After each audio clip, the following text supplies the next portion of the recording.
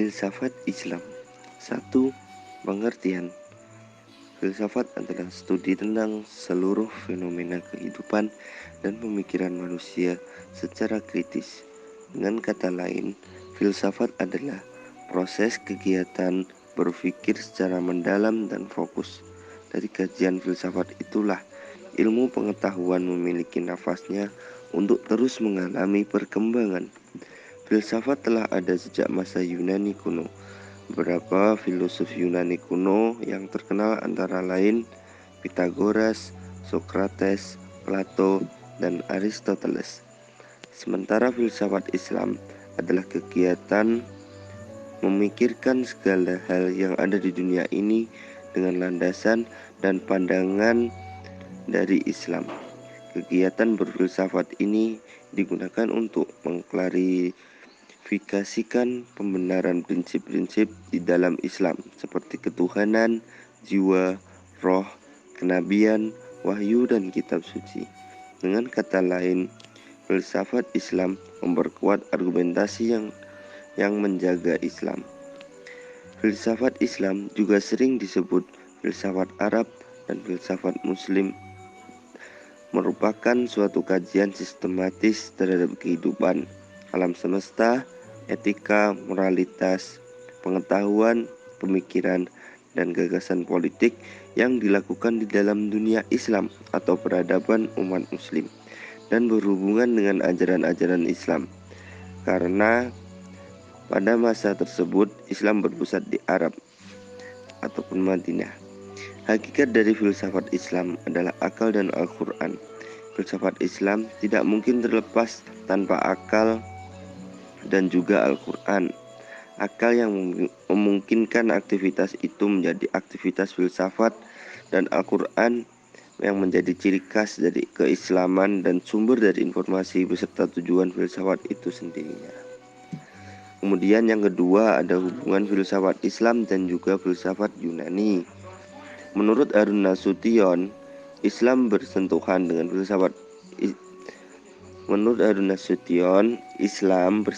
dengan filsafat Islam dikarenakan ekspansi wilayah kekuasaan Islam.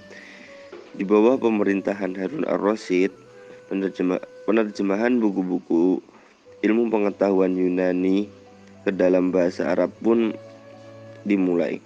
Orang-orang dikirim ke kerajaan Romawi di Eropa untuk membeli manuskrip. Pada mulanya yang dipentingkan ialah buku-buku mengenai kedokteran, tetapi kemudian juga mengenai ilmu pengetahuan dan juga ilmu filsafat.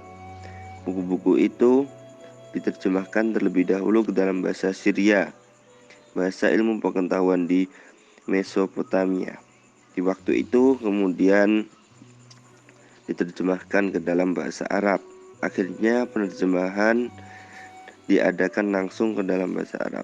Kegiatan penerjemahan ini dipelopori pada masa Khalifah Harun ar-Rasyid pada tahun 786 Masehi dan direncanakan sejak masa Khalifah Al-Mansur.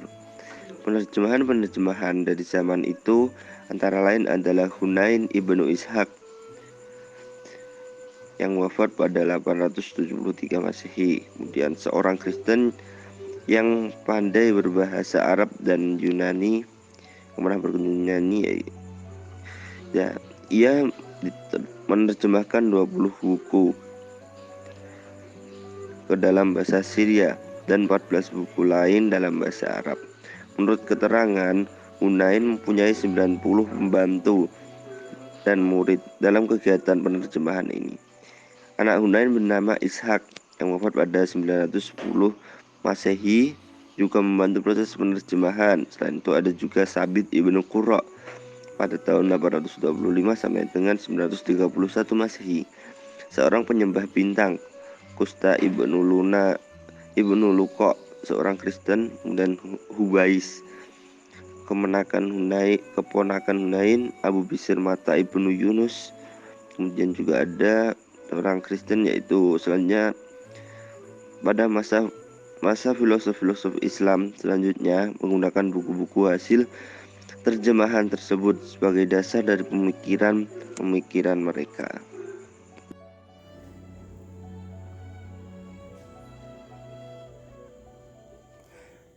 Ketika filsafat Islam dibicarakan, maka terbayang di sana hadir beberapa tokoh yang disebut-sebut sebagai filosof muslim, seperti Al-Kindi, Ibnu Sina, Al-Farabi, Ibnu Rushd, dan Al-Ghazali.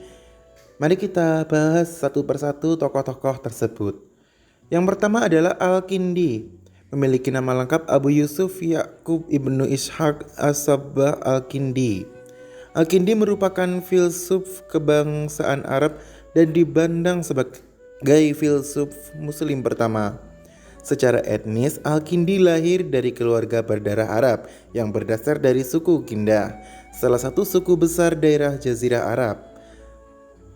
Bagi Al-Kindi, di antara ilmu yang dikuasainya yang ia sangat hargai adalah matematika.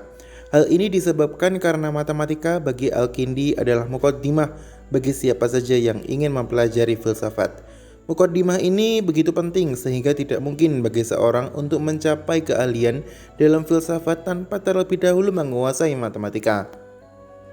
Hal ini karena dengan memahami matematika akan melatih manusia untuk memahami berbagai pola dan kerumitan yang membelit menjadi rantai yang membelenggu daya maksimal kekuatan pikiran manusia. Yang terpenting bukanlah angkanya, namun prosesnya.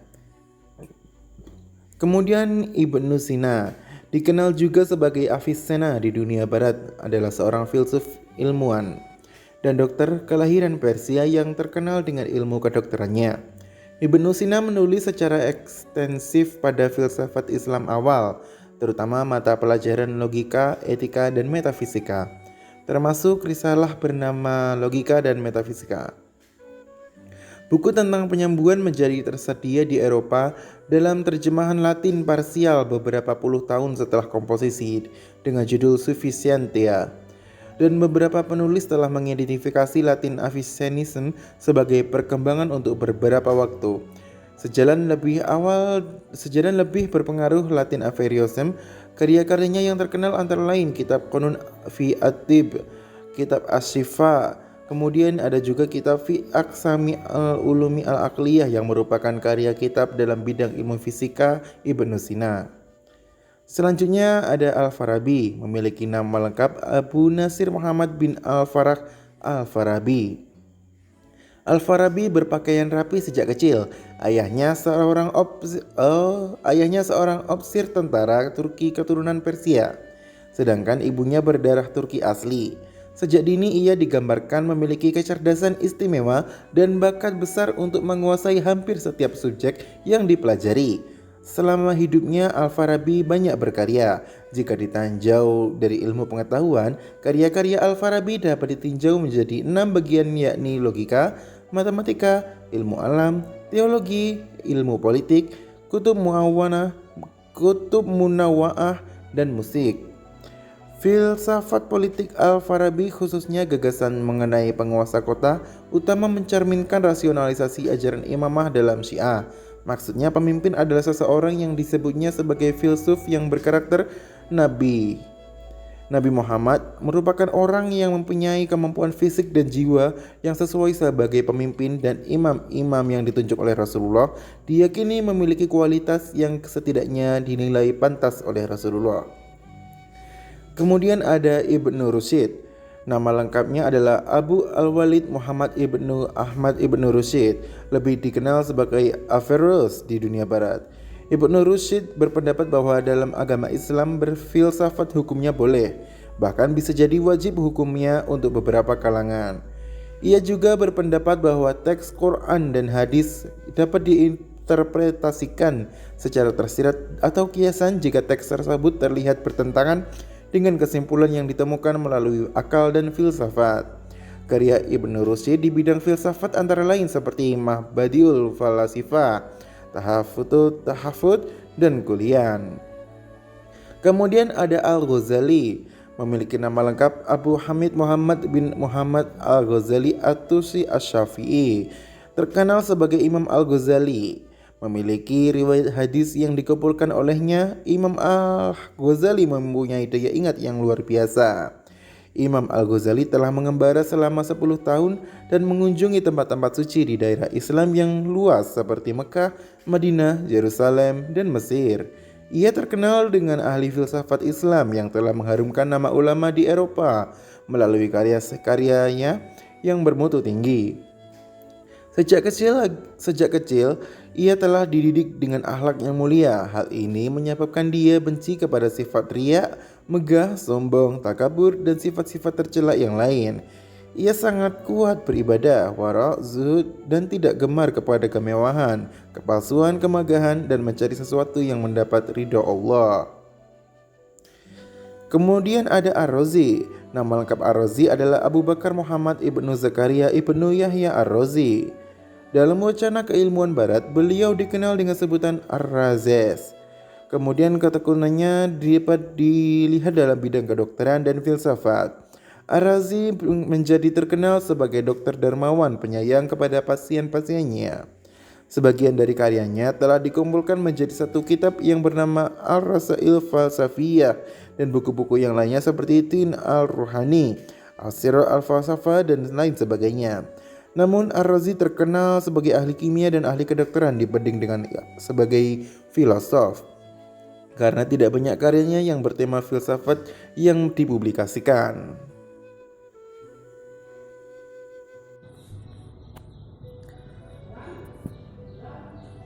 Yang selanjutnya adalah ilmu-ilmu keislaman. Adapun pengertian dari ilmu-ilmu keislaman adalah ilmu-ilmu yang dikembangkan oleh orang Islam, baik ilmu yang bersifat fisik maupun metafisik yang terkait atau berhubungan pada ajaran Islam. Ilmu keislaman dikenal oleh masyarakat secara umum dengan ilmu-ilmu yang dikuasai oleh para petinggi agama. Namun sebenarnya ilmu-ilmu keislaman adalah ilmu yang dipakai untuk kegiatan sehari-hari umat Islam. Katakan saja ketika mengucap salam, hal seperti ini terdapat ilmu keislaman di dalamnya. Mengapa harus dijawab salamnya? Apa arti dari ucapan salam tersebut, baik tersirat maupun tersuratnya? Macam-macam ilmu-ilmu keislaman, yakni bila diteliti secara cermat, sesungguhnya dalam Islam tidaklah mengadakan pemisahan antara ilmu pengetahuan umum dengan ilmu-ilmu agama. Seperti dalam satu sisi adanya ilmu kedokteran, matematika, fisika, mekanika, botanika, optika, astronomika, di samping juga filsafat dan logika. Dan sisi yang lain adalah ada ilmu fikih, ilmu tafsir, ilmu hadis, dan lain-lain. Namun setidaknya dapat kita pecah menjadi beberapa jenis menurut bagaimana pandangan masyarakat pada umumnya yang memandang ilmu umum dan ilmu Islam itu terpisah. Adapun ilmu fikih adalah salah satu bidang ilmu dalam syariat Islam yang secara khusus membahas persoalan hukum yang mengatur berbagai aspek kehidupan manusia, baik kehidupan pribadi, bermasyarakat, maupun kehidupan manusia dengan Allah. Fikih membahas tentang cara beribadah dan muamalah. Sudah menjadi rahasia umum bahwa antara keempat mazhab memiliki pendapat masing-masing untuk setiap permasalahan, dikarenakan pendapat dari imam mazhab tersebut juga berbeda. Namun hal ini bukanlah suatu hal yang harus diperdebatkan secara berat. Yang kedua, yakni ilmu tafsir. Ilmu tafsir adalah ilmu yang mempelajari kandungan kitab Allah yang diturunkan kepada Nabi Muhammad SAW. Tafsir mulai menjadi ilmu ketika setelah Nabi Muhammad SAW wafat. Hal ini dikarenakan bahwa tanpa adanya Rasul yang benar memahami isi Al-Quran, maka manusia bisa tidak boleh dengan langsung mengartikan isi dari Al-Quran tanpa memahami teks dan konteks yang ada. Yang ketiga, yakni ilmu hadis. Sama halnya dengan ilmu tafsir, namun yang dibahas adalah hadis. Hal ini karena hadis merupakan ucapan dan apa yang Rasul sampaikan kepada umatnya. Namun sepeninggalan Rasul, banyak yang menggunakan nama Rasul dan menggunakan istilah hadis demi kepentingan diri sendiri dan golongan tertentu. Selain itu, hadis juga disampaikan oleh Rasul kepada banyak orang, sehingga juga bervariasi penerimaan yang ada. Yang keempat, yakni ilmu falak. Ilmu falak disebut juga ilmu hisab, karena ilmu ini menggunakan perhitungan. Ilmu falak disebut juga ilmu hay'ah, karena ilmu ini mempelajari keadaan benda-benda langit. Ilmu ini banyak didengar dan diaplikasikan pada sekitar bulan Ramadan untuk menentukan tanggal 1 Ramadan atau tanggal 1 Syawal. Yang kelima, yakni ilmu tasawuf. Ilmu tasawuf atau ilmu sufi adalah ilmu yang digunakan untuk mengetahui bagaimana cara menyucikan jiwa, menjernihkan akhlak, membangun lahir dan batin, serta untuk memperoleh kebahagiaan yang abadi. Tasawuf pada awalnya merupakan gerakan zuhud atau menjauhi hal duniawi dalam Islam, dan dalam perkembangannya melahirkan tradisi mistisme. Banyak hal dari mana istilah sufi ini. Ada yang berpendapat bahwa sufi adalah suf, bahasa Arab untuk wol, merujuk kepada jubah sederhana yang dikenakan oleh para ascetik muslim. Ada juga yang berpendapat bahwa artinya sof atau barisan sholat, dan juga yang berpendapat artinya safa atau kesucian. Sekian penjelasan dari kelompok kami. Apabila ada kurang lebihnya, kami mohon maaf yang sebesar-besarnya. Ihdinas siratal mustaqim. Assalamualaikum warahmatullahi wabarakatuh.